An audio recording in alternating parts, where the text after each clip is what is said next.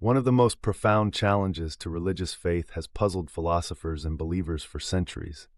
If God is all-powerful and perfectly good, why does evil exist in our world? From natural disasters to human cruelty, the reality of suffering seems to contradict the idea of a benevolent creator. This age-old dilemma, known as the problem of evil, strikes at the heart of religious belief and demands thoughtful exploration.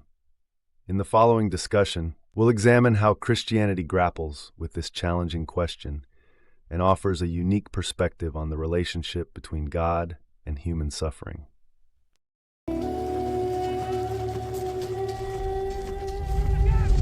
And the way mathematicians react to that is that they say perhaps we're asking the wrong question.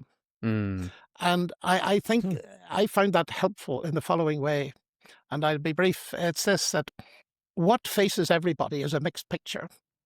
I call it beauty and bombs. In other words, we look at the world, we see some beautiful things and we see some horrible things, especially these days. And any worldview has got to take that into account. That is a fact. And we can argue as long as we like about the theoretical side, if God is good and all-powerful, why this and why that, why the other. And we never come to a satisfactory answer. So I propose another question, equally difficult, but I think it gets us a bit further.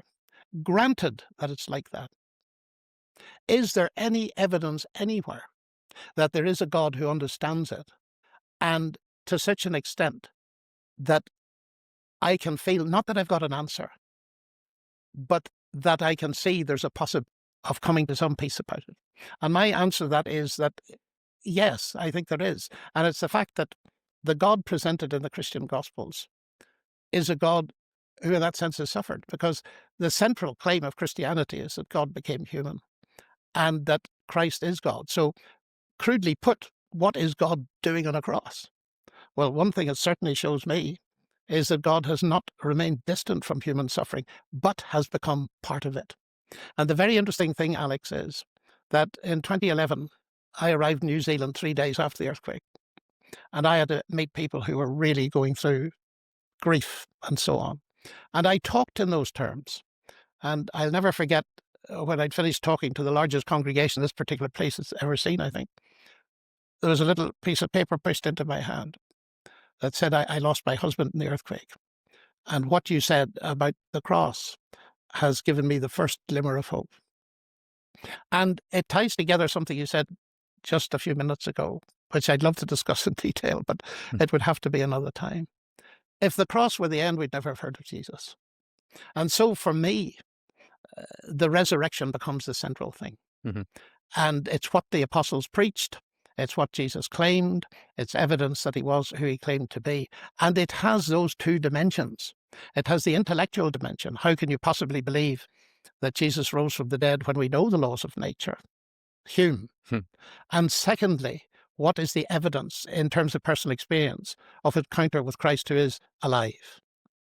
So that would be possibly a discussion for another time. I would say how the resurrection solves the problem of evil, because the resurrection does solve the problem of evil. And the way the resurrection solves the problem of evil is not only that God became a man and suffered and went through evil, but in that he resurrected from that evil done to him. And it's in him and in his name that all suffering and evil will cease. This is what we would call a coherent story. The Christian story is a coherent story. You know, when the problem of evil comes up, I usually respond to people and say, cool, what are our options? Let's just go, right? Atheism, agnosticism, Christianity, Islam, Judaism, Buddhism, Hinduism, Taoism, whatever. Just list them all. Which one of those actually gives you a sufficient answer, a reasonable answer, and a coherent answer to that problem? And I would maybe add to that, which is the most satisfactory to the human experience? Which one? And I think the answer to that is actually Christianity. And that's why I tell people become Christian. If you're looking for answers and if you're looking for truth, become a Christian, because it's a problem you have and it's a legitimate problem. But which one of the options gives you the best answer to that?